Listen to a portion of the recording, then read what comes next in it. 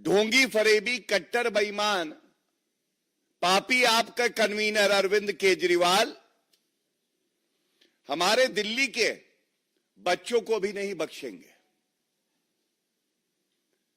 पूछ रहे हैं दिल्ली के बच्चे, केजरीवाल क्यों नहीं तुम सच्चे? और ये मैं इसलिए कह रहा हूं, राजनीति अपनी जगह है,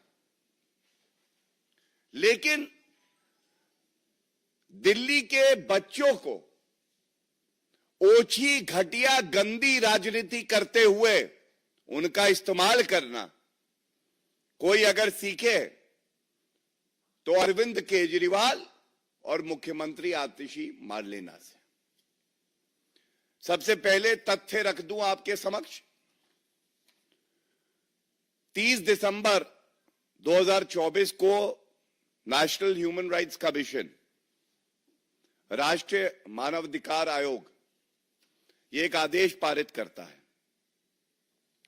और इस आदेश में जो अरविंद केजरीवाल और आतिशी मार्लेना ने हमारे मासूम बच्चों का वीडियो डाला है, उनको राजनीति में ढकेला है, ये मैं आपके समक्ष बड़ी जिम्मेदारी से रख दूं, उल्लंघन है जुवेनाइल जस्टिस एक्ट का 2015। एक दूसरा, 5 फरवरी 2024 को इलेक्शन कमीशन ऑफ इंडिया की गाइडलाइंस आई कि कोई भी राजनीति में बच्चों का कोई वक्तव्य, उनकी उपस्थिति, उनके द्वारा राजनीतिक बयान देना, इस तरह की गतिविधि नहीं होनी चाहिए। लेकिन बड़े भारी मन से मैं ये कहता हूं, और ये शब्द हैं नेशनल ह्यूमन राइट कमीशन के, जिसके मेंबर ने आदेश पारित किया है कि ये जो एक्स पोस्ट है आतिशी मार्लेना और अरविंद केजरीवाल की, बच्चों को राजनीति में घसीटते हुए उनका दुरुपयोग करके उनके भविष्य को अंधकारमय कर देने का यह कृत्य स्वीकारा नहीं जाएगा और तुरंत इस एक्स पोस्ट को हटाया जाए।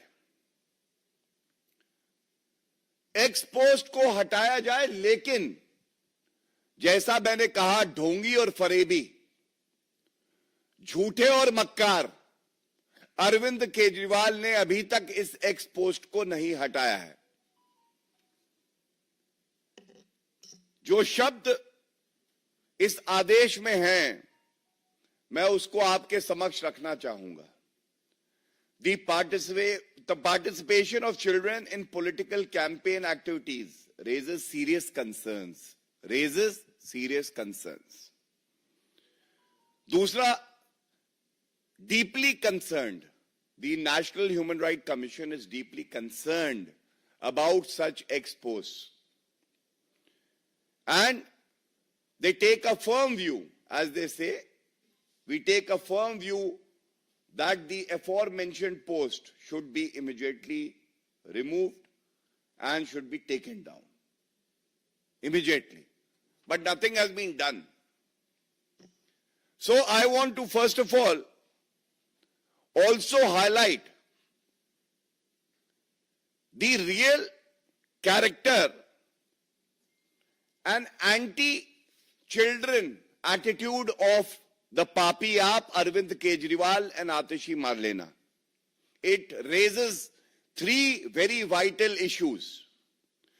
Why is Arvind Kejriwal and Atishi Marlena involving our innocent children and violating their dignity, which is their fundamental right, by these campaigns?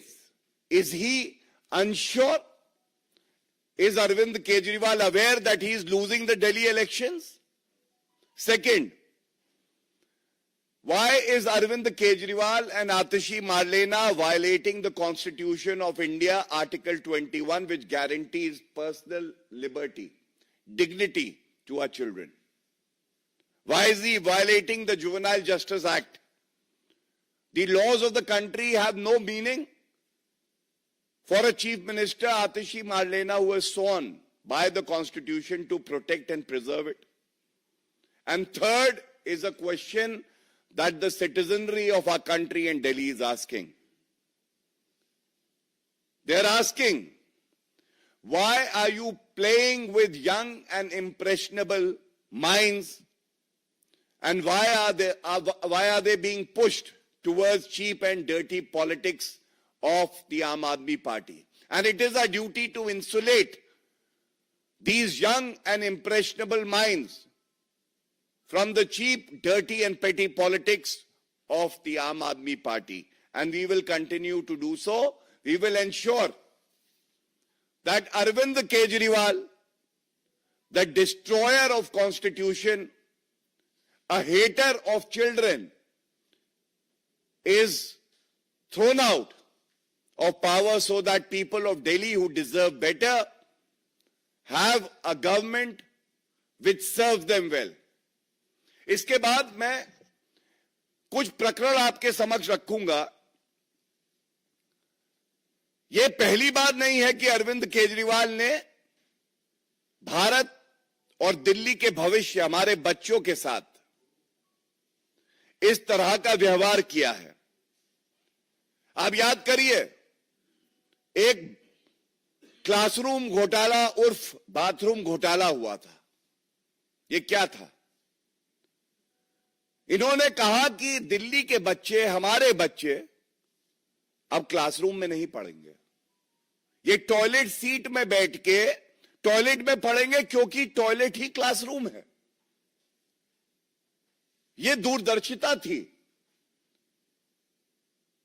शराब कारोबारियों के साथ इलू इलू, लेकिन दिल्ली के बच्चों के साथ टॉयलेट में बैठ के टॉयलेट सीट पर बैठो और पढ़ाई करो, क्योंकि यही क्लासरूम है.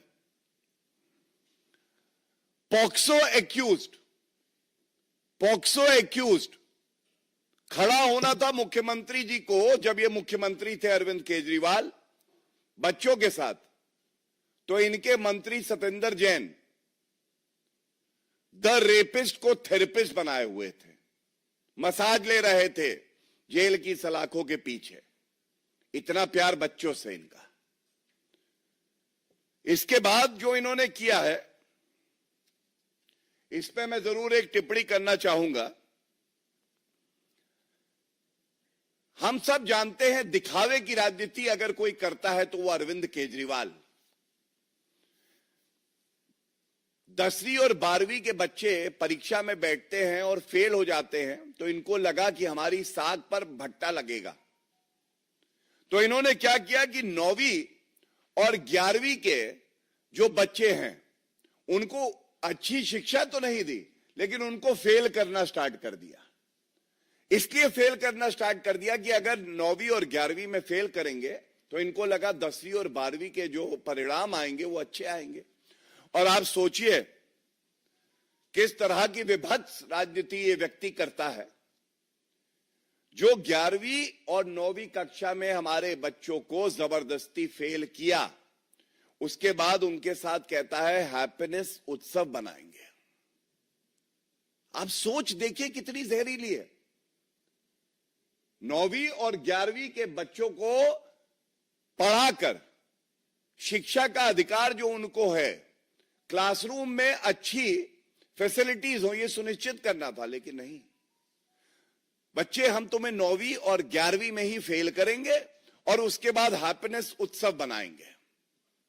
तो अब दिल्ली भी कह रहा है, जैसा एलजी साहब ने लिखा है, अपनी पार्टी की ही मुख्यमंत्री को अस्थाई मुख्यमंत्री बता रहे हैं.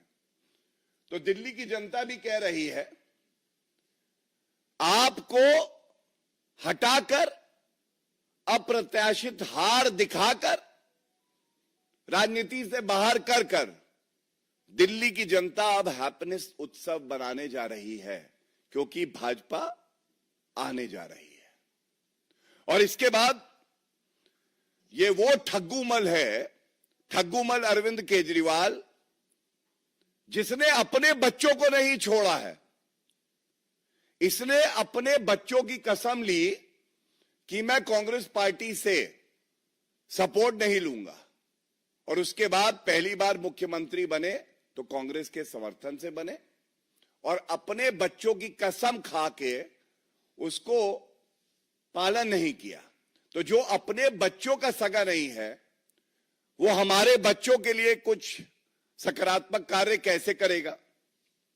और एक मैं आंकड़ा रख के इस बिंदु को समाप्त करूंगा। ये वो ठग्गूमल अरविंद केजरीवाल है, फरेबी, जो कहता था कि मैं 500 नए स्कूल दूंगा दिल्ली को। इसका रिपोर्ट कार्ड क्या है? Fail. Subscribe now and press the bell icon. Never miss an update.